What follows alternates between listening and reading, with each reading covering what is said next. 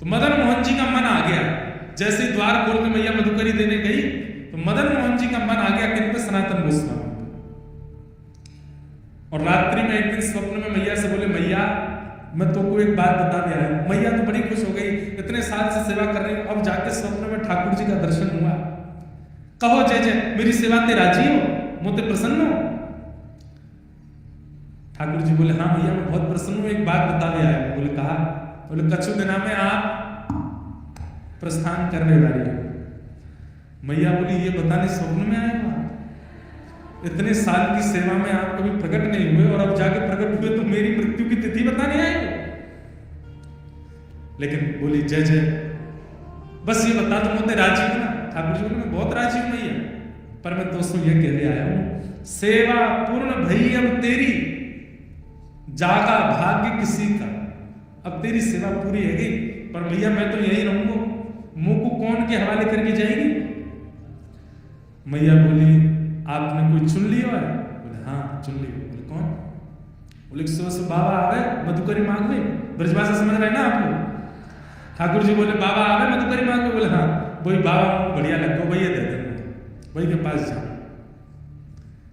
अगले दिन जब सनातन गोस्वामी आए तो मैया ने मधुकरी देते कहा, बाबा मेरे ठाकुर जी स्वप्न में आके कह के गए आपसे सेवा करानी। बाबा ने ठाकुर जी को देखा, भीतर मंदिर में विराज रहे थे घर में।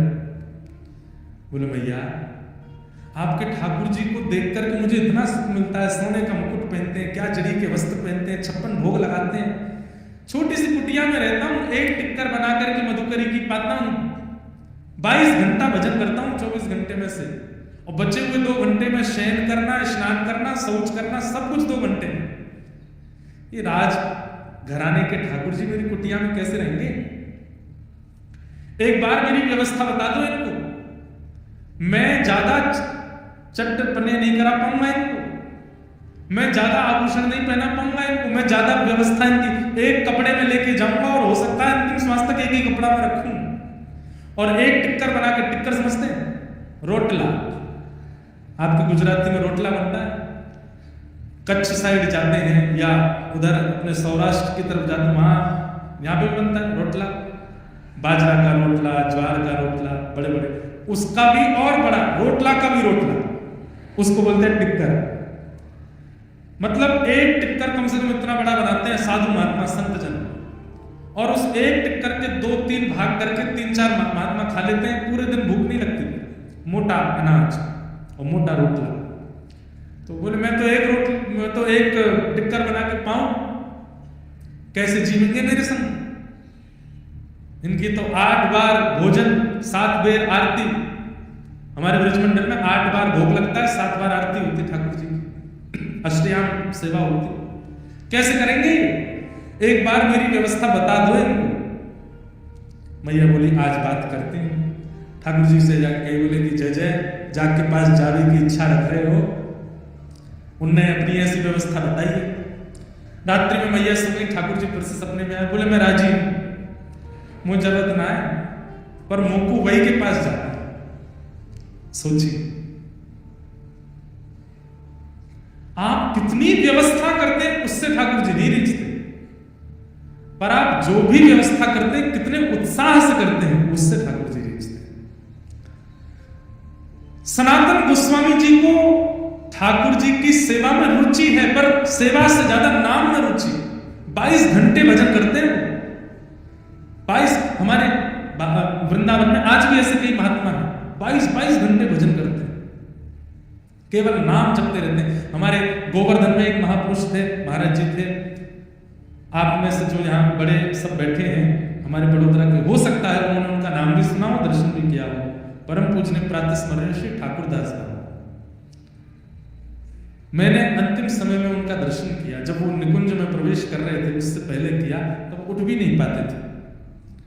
उस समय मैं दर्शन करने गया, मैं भी छोटा था, पिताजी के साथ गया, तो बाबा की संपूर्ण शरीर तो किसी और के करने से ही कार्य करता था, पर ये उंगली उनकी ऐसे चलती रहती थी बिना माला।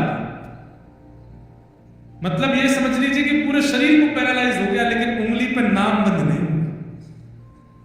उस स्थिति को क्या कहते हैं? एक होता है कि आपने और एक होता है नाम ने आपको पकड़ा। तो महाराज जी जो थे उन्होंने नाम ने उनको पकड़ दिया। वे ठाकुर जी का नाम नहीं लेते थे, ठाकुर जी उनका नाम लेते थे। उस स्थिति में उनका रात में सो रहे हो, चल रहे हो, फिर रहे हो, कहीं भी कैसी भी स्थिति में शिथिल अवस्था थी उनकी, लेकिन नाम चलता रहता था। तो हमारे ब्रज में नाम प्रेमी बड़े महापुरुष सनातन गोस्वामी उन्हीं में से 22 घंटा भजन करते थे। सेवा से कोई ज्यादा संपर्क नहीं था, पर ठाकुर जी ने चुन लिया। अगले दिन जब सनातन गोस्वामी आए तो मैया ने अपने ठाकुर जी दे दी। बोले लो बाबा, लेके जाओ ठाकुर जी को। गोदी में लेकर के नृत्य करने लगे, आंसू तो आने लगे। बोले जय जय, मैंने आपको नहीं, आपने मुझको स्वीकार किया, चलो महलन से कुटिया में लेके चलो।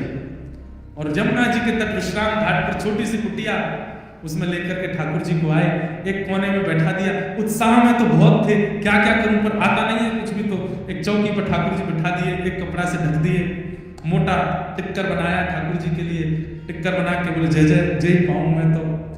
और हमारे लिए कुछ सब्जी नहीं है, साग नहीं है, नमक नहीं है, और कुछ मिर्च नहीं है, ये व्रज रज ही टिक्करों में लग जाती है, यही सब पूर्ण कर देती, प्रेम से पाओ, स्वागत है आपका मेरी कुटिया में।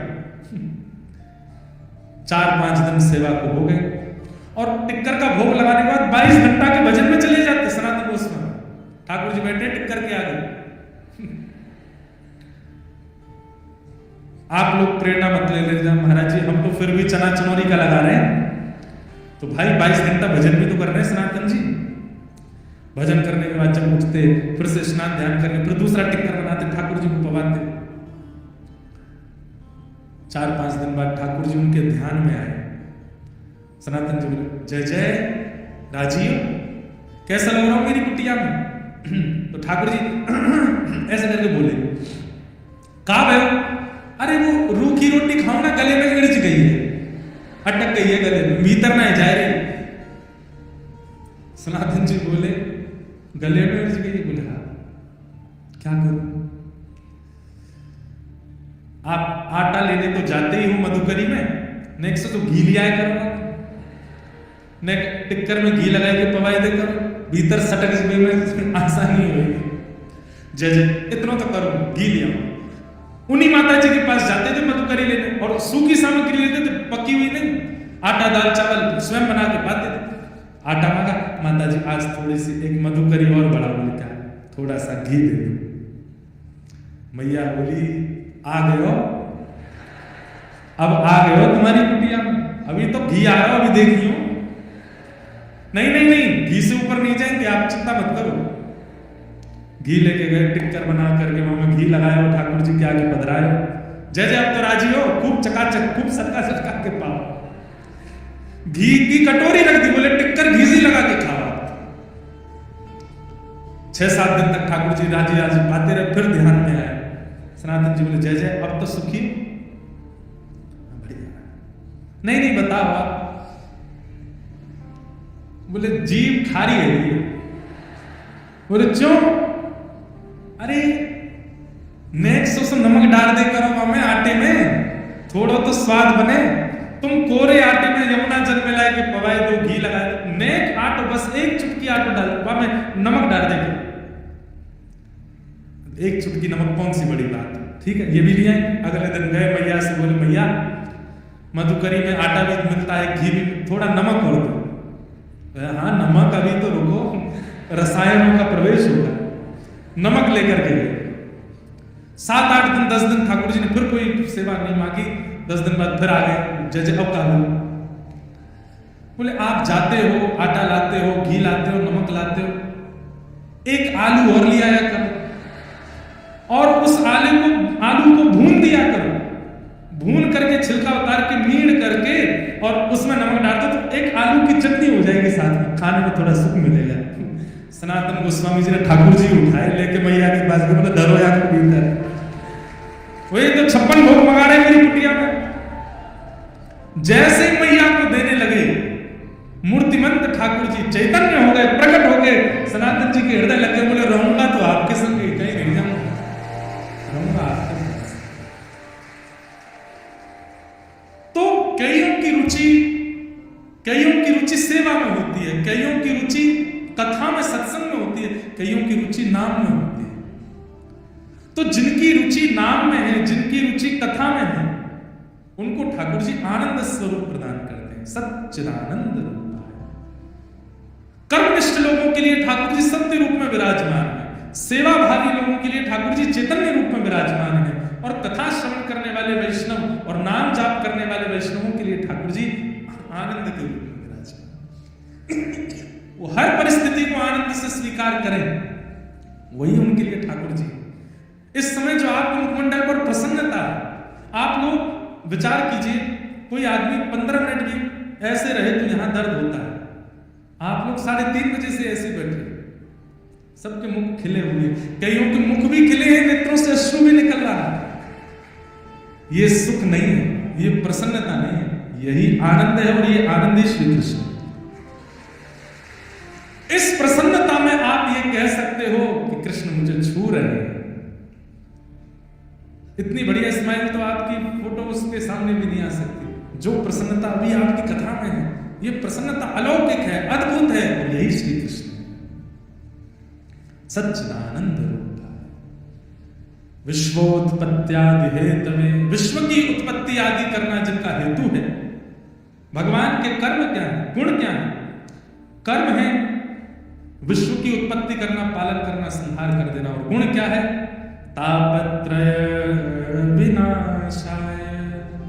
उनको भजने वाले, उनको जपने वालों के वो 3 प्रकार के तापों का नाश करते हैं, आदि दैविक आदि भौतिक आध्यात्मिक। श्री कृष्णा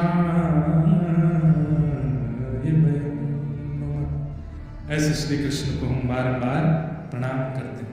बहुत सुंदर भाव है, ध्यान से सुनना। श्री शुकाचार्य जी कौन है, सुखदेव जी कौन है? अनेक भाव, अनेक कथाएं, व्यास जी के पुत्र आदि आदि हमने अनेक बार कथाओं में, और भी हमारे महापुरुष सब सुनाते रहते हैं। एक बहुत सुंदर भाव एक महापुरुष के द्वारा सुना।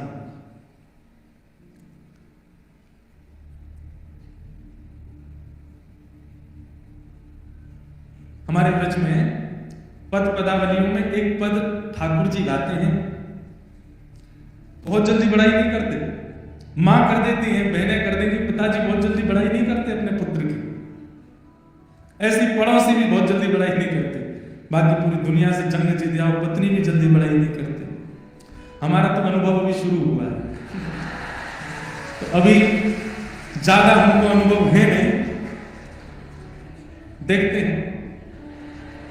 आप सब यहां ज्यादा बैठे हो तो ये 3 ज्यादा बड़ाई कर दें तो समझो कि सही में कुछ अच्छा किया। तो ठाकुर जी के मन में इतना भाव आयो, श्री जी मेरे सामने आवे तो मेरी बड़ी बड़ाई करें। आहा, कैसे सुंदर अलकावली, कैसे सुंदर नेत्र हैं, कैसे सुंदर पत्रावली, कैसे सुंदर नासिका। आज श्याम सुंदर की पीतांबरी कितनी मधुर है, आज नूपुर कितने बढ़िया पहने। किशोरी जी जब ठाकुर जी से मिलते हैं तो किशोरी जी बहुत देर तक तो ठाकुर जी को मौन होकर के केवल एक एक श्रृंगार को देखती रहती है। कितना सुंदर श्रृंगार, इसलिए ठाकुर जी रच रच के श्रृंगार करते हैं। हर दिन किसी को सजना अच्छा नहीं लगता, हमारे ठाकुर जी को रोज सजते हैं। इनको रोज नए वस्त्र चाहिए, रोज नए इत्र चाहिए, रोज नया मुकुट चाहिए, रोज नया चंदन घिस घिस के लगाओ, नई नई पत्रावली, रोज नए पीछे बंगला बनाओ, रोज पीछे की पिछवाई बदलो। क्यों? तो ना तो श्री जी आवेंगी देख, तो जब श्री जी आवेंगी तो उनको देखने में आनंद आवे। उनको अपने लिए नहीं सजते ठाकुर, श्री जी के लिए सजते, रोज एवरीडे। हमारे भारत के मंदिरों में पोशाक दोबारा आती नहीं ठाकुर जी को, एक बार पहन लिया बस हो गया काम, अब तो नई आएगी, इतना सजते। तो श्री जी भी खूब प्रशंसा करती हैं, आज बहुत मधुर लग रहे हैं, बहुत अच्छे लग रहे हैं। ठाकुर जी ने मन में विचार किया, ये मेरे मुंह पे तो बड़ाई करे, पर असली प्रशंसा तो मैं तब मानूं जब मैं उपस्थित नहीं हूं, तब ये क्या कहती है मेरे बारे में, वो मुझे सुनाई दे। तो उसके लिए मैं क्या करूं? मेरे बिना जब श्री जी बैठती हैं तब क्या चर्चा करती हैं, क्या सोचती हैं, वो मुझे पता चले। तो ठाकुर जी ने योजना बनाई, मधुमंगल को सखी बनाया, मधुमंगल को नथनी पहनाई, कान में कुंडल पहना दिए, ओढ़नी पहना दी, बढ़िया सुंदर उसका श्रृंगार उंगार करके बाल बाल आगे कर दिए। हे मधुमंगल बोला, तू श्री जी के समूह में चला जा और वहां बैठ करके बस ये सुनना कि वो मेरी अनुपस्थिति में मेरी क्या बात करती है, वो मुझे आके बताना। पहले बार तो मधुमंगल सखी बन के वो जैसे चलने लगा तो उसकी चाल ऐसी मर्दानी वाली। ठाकुर जी बोले ऐसे नहीं चलना, 2 मिनट में पकड़ा जाएगा, थोड़ा चलना अदब से चले, ऐसे चलना सिखाया उसको। मधुमंगल थोड़ी दूर गया, लौट के आ गया, बोले लाला, बोले एक बड़ी दिक्कत है। बोले कहा, मोए हर 15 मिनट में भूख लगे और माँ श्री जी क्या मैं कौन मांगू। ठाकुर जी बोले तो मैं खवा के भेज रहा हूँ, खूब सारा खवा के भेज रहा हूँ, और तू लौट के आएगा फिर दोबारा सब खवाऊंगा, माँ मत बोली हो कोई। मधुमंगल को खूब खवा पवा के भेजो। पहुंच गयो, श्री जी के साथ में इतनी सखियां चलती हैं कि कोई एकाध नहीं आ भी जाए तो पता नहीं चलता। मधुमंगल सखी बन के आ गए, श्री जी के समूह में आकर के चलन लगा। थोड़ी देर में भूख लग आई उसको। अब भूख में जब व्यक्ति आता है तो उसको और कुछ पे पता नहीं चलता, और जिसको बहुत भूख में, कई लोग ऐसे होते हैं कि भूख में मौन हो गए, भूख में व्याकुल हो रहे हैं, कई लोग हंसते हैं, पानी वानी पी लेते हैं भाई भूख। लेकिन कई लोगों का मैंने स्वभाव देखा, आपके भी झुंड में या परिवार में या मित्र में एक ऐसा होगा, उसको गुस्सा बहुत आता है, उसको भूख लगती है तो वो चिड़चिड़ाता है, गुस्सा आता है, मुझे कुछ दो खाने। मधुमंगल ऐसी स्थिति में आ गया कि महाराज सखियों को कौन ही मारे। सखियां कह रही तू कौन सी है, मुझ बात मत करे, और सबको झटकावे। बोले ऐसी सखी तो कोई नहीं हमारे समूह में। जैसे तैसे करके महाराज मधुमंगल ने 2-2.5 घंटे निकाले, फिर भागा वापस। ठाकुर जी यहाँ चाव में बैठे थे, 56 भोग मंगा करके। मधुमंगल दौड़ा आ रहा है सामने से। मधुमंगल बैठ लाला सही में बता, कहा बात सुन के आए, श्री जी कहा के। बोले पहले मेरे को खवा दे। बोले ले तू पुआ खा, मालपुआ खा, रबड़ी खा, कलाकंद खा, ये खा वो खा, सब खवाए। अब बता कहा बात। बोले लाला मैं भूख में इतना व्याकुल भयो कि मैंने कुछ सुनो ही नहीं, मैं 2 घंटा बैठ के आया, मुझको कोई सुनाई नहीं दी। ठाकुर जी बोले दारी के अब तो 2 दिन व्रत करेगा, कुछ नहीं मिला। ठाकुर जी ने और भी कई उपाय अपनाए, लेकिन किसी भी उपाय से अनुपस्थिति में श्री जी क्या बात करती है ये नहीं सुनाई दिया। एक दिन ठाकुर जी ने एक तोते का रूप धारण किया, एक सुख बन गए। तरवर छाव तीर यमुना के सुआ बढ़ावत डोल। सुख बन गए ठाकुर जी, और सुख बन करके जिस मार्ग से श्री जी जा रहे हैं उस मार्ग में एक वृक्ष पर ठाकुर जी जाकर के बैठ गए। और जैसे किशोरी जी आई, तुरंत वो तो कृष्ण कृष्ण कृष्ण कृष्ण कृष्ण कृष्ण कृष्ण कृष्ण कृष्ण, और जैसे तोता बोलता है कृष्ण कृष्ण कृष्ण, वैसे बोलने लगे।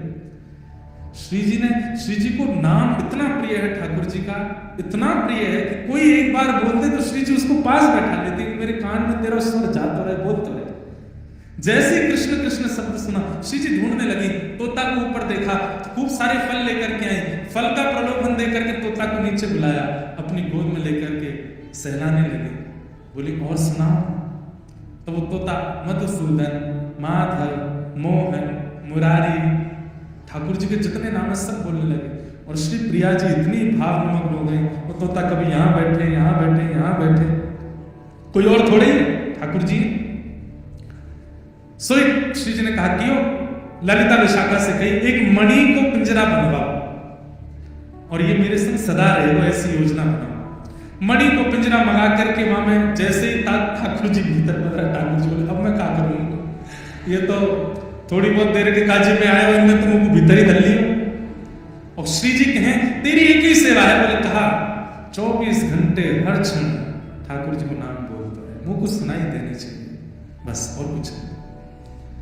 ठाकुर जी तो अनेक रूपाय विष्णवे प्रभु विष्णवे अनेक रूप धारण कर लेते हैं।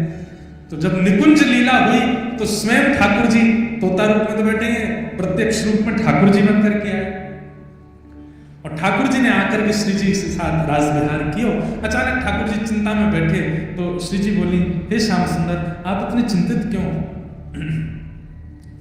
बोले कलिकाल प्रारंभ हो गया है और इस कलिकाल के प्रारंभ में मेरी भक्ति का प्रचार करने के लिए इस संसार में किसी को भेजना है, मैं सोच रहा हूं किसको भेजूं। श्री जी बोली आप क्या गुण देखते हैं उसमें जो आपका जाकर के प्रचार करे? तो ठाकुर जी बोले जो 24 घंटा मेरे आपको स्मरण करते हो वो ही नीचे जाके प्रचार कर सकता है। तब किशोरी जी तुरंत उस मणि पिंजरे को लेके आई, बोले ये तोता बढ़िया है, बहुत सुंदर, देखो 24 घंटा आपको नाम गाते रहे। तब ठाकुर जी और किशोरी जी ने ठाकुर जी के ही स्वरूप उस सुख स्वरूप तोते को आज्ञा की कि अब आप धराधाम पर जाओ और धराधाम पर जाकर के सब में घर घर में जन जन में भक्ति का प्रचार करो। और वही सुख तोता किशोरी जी का जो ठाकुर जी ही हैं वही पृथ्वी पर श्री वेद व्यास जी के तनु के रूप में, पुत्र के रूप में, श्री सुखदेव जी महाराज के रूप में प्रकट हुए। बोलो सुखदेव जी महाराज की। तत्रा भगवत भगवान व्यास पुत्र। अब यहां दो बातें हैं कि भगवान शब्द किसके लिए प्रयोग किया गया। एक बात तो कही जाती है कि व्यास भगवान, और दूसरी बात कही जाती है कि व्यास जी के जो पुत्र हैं वो भी भगवान ही हैं। बंधुओं, आज 5000 वर्ष हो गए कलयुग को प्रारंभ हुए। श्रीमद् भागवत जी की कथा पूरे विश्व में चल रही है। किसकी कृपा से? सुखदेव जी की कृपा से। ये कोई मानव या कोई जीव नहीं कर सकता कि उसका एक प्रयोजन हजारों वर्षों तक चलता रहे। ये तो ठाकुर जी ने ही किया है। इसीलिए घर घर में जन जन में भागवत का प्रचार चल ही रहा है। तो सुखदेव जी कौन है? स्वयं ठाकुर जी ही सुख स्वरूप बन करके आए हैं अपनी लीला और भक्तों की लीला हम सब तक पहुंचाने के लिए। ऐसे श्री सुखदेव जी को हम बारंबार प्रणाम करते हैं।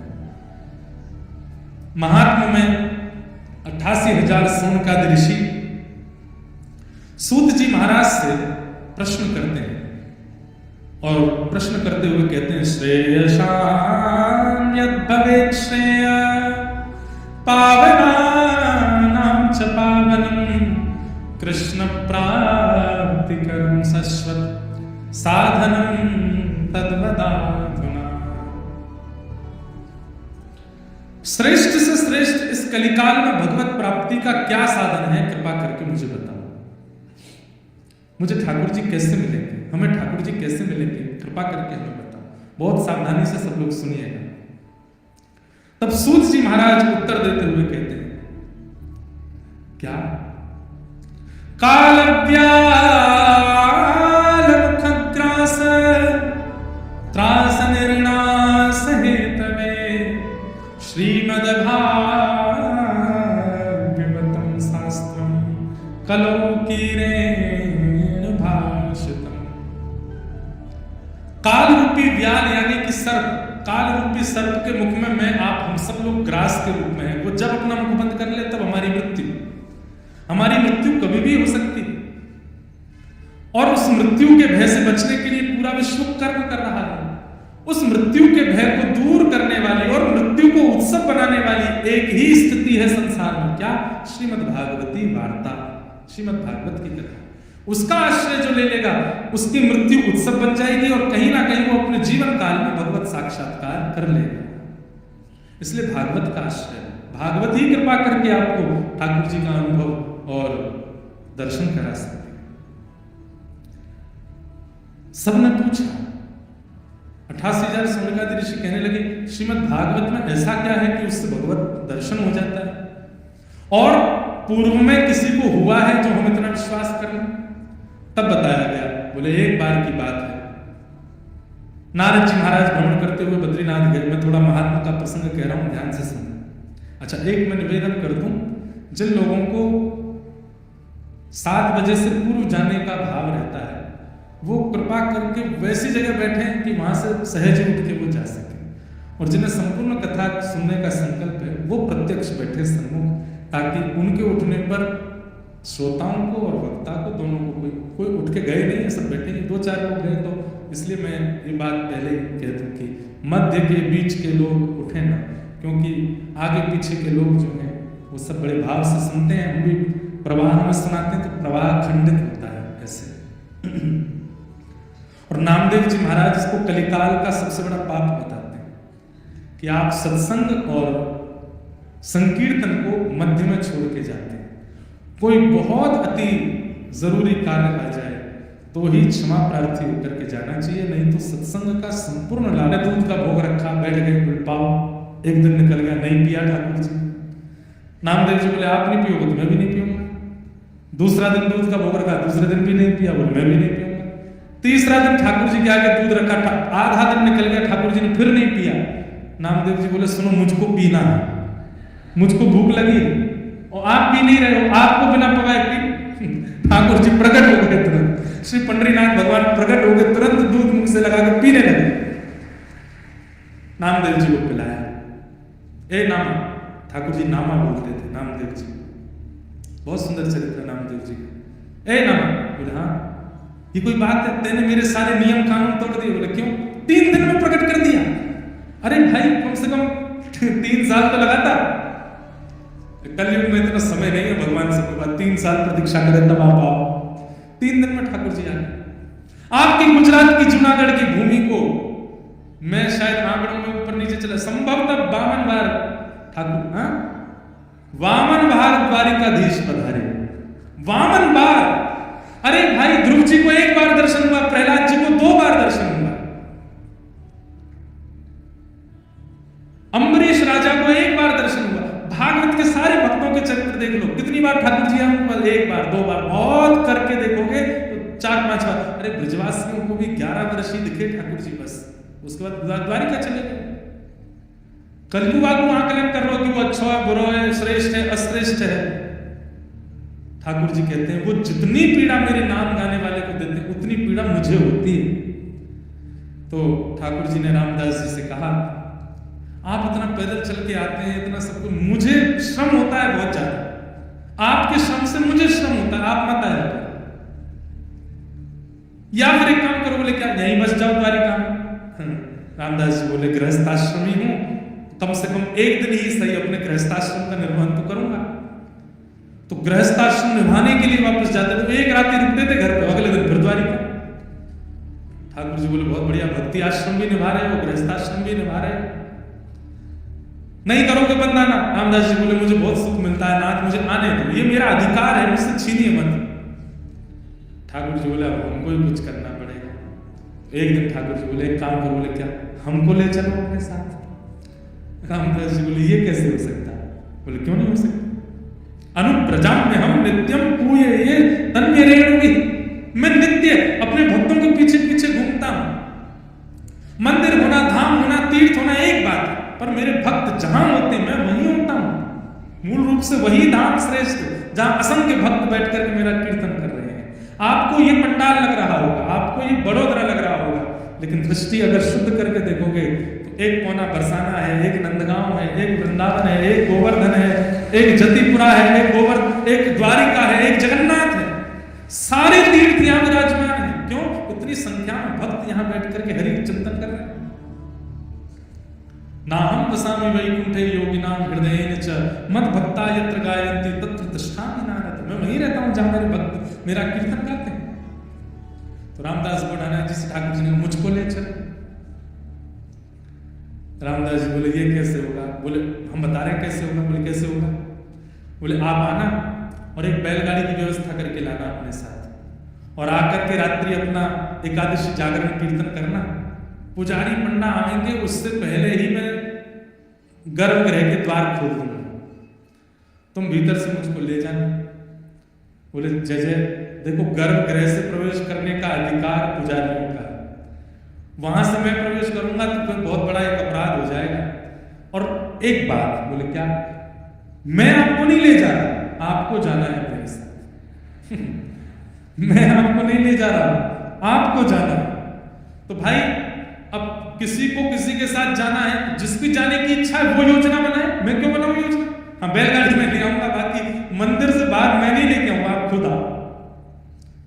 ठाकुर जी बोले तो फिर हम एक काम करते। बोले क्या? पीछे खिड़की हम उससे तोड़ के बाहर आ जाएंगे। हाँ तब तो लगेगा भी कि हाँ प्रेम के वश आप गए हो, सामने से जाना कोई उठाना है। रामदास जी के रात भर कीर्तन किया। प्रातः काल का समय होते ही रामदास जी को प्रणाम करके जय जय मैं जाऊं, प्रतीक्षा करूं बैलगाड़ी पे। ठाकुर जी पीछे की खिड़की तोड़ करके बाहर निकले। आज भी वो खिड़की है। क्या बोलते हैं आपके गुजरात में इसको? हाँ बाड़ी, रामदास बुढ़ाना की बाड़ी। अब जो भी बोलते हो, द्वारिकाधीश जी वहां से निकल करके आए। सोचिए रामदास जी नीचे खड़े, रथ चलाने जब तुम पीछे बैठो हम चलाते हैं। रथ चलाने लगे, ठाकुर जी का स्पर्श करते ही महाराज वो तो जो बैल थे वो तो गरुड़ जी हो गए, और गरुड़ जी होते ही महाराज वो तो हवा की तरह बात करते हुए पहुंच गए। रामदास जी बोले जय जय, आपने हमको पहले ये कोई मंत्र बता दिया होता तो इतनी एकादशियां हम भी गरुड़ जी पे ही बैठ के कर लेते। बोले अब कोई बात नहीं, अब तो तुम्हारे पास ही आ गए हम। बोले आप प्रभु सीधे अगर गांव में पहुंच जाएंगे, कोई बिना व्यवस्था योजना के, वो पीछे से सब आ रहे हैं तो बहुत दिक्कत हो जाएगी, कोई और योजना बनाओ। ठाकुर जी बोले यहाँ पर ये बावड़ी है, एक तालाब है, इसमें तुम हमको छुपा दो, और पीछे से सब आएंगे, जांच पड़ताल करेंगे, कुछ नहीं मिलेगा, लौट जाएंगे, फिर हम विराजमान हो जाएंगे। ठीक है, ठाकुर जी को नीचे विराजमान कर दिया। यहाँ से सब पुजारियों ने आकर के जैसी जांच पड़ताल की, बोले तुम्हारी बैलगाड़ी में आया क्या, ठाकुर जी को लेकर चुरा के लाए? बोले देख लो कुछ नहीं है। बैलगाड़ी के पीछे गाड़ी पूरी जांच की, कुछ नहीं मिला। तब ये पुजारी जी को ठाकुर जी की पीताम्बरी मिल गई, थोड़े से पटका मिल गया। देखो देखो देखो, द्वारकाधीश जी के वस्त्र हैं ये, झूठ बोलता है इसने, कहीं छुपा दिया है ठाकुर जी को।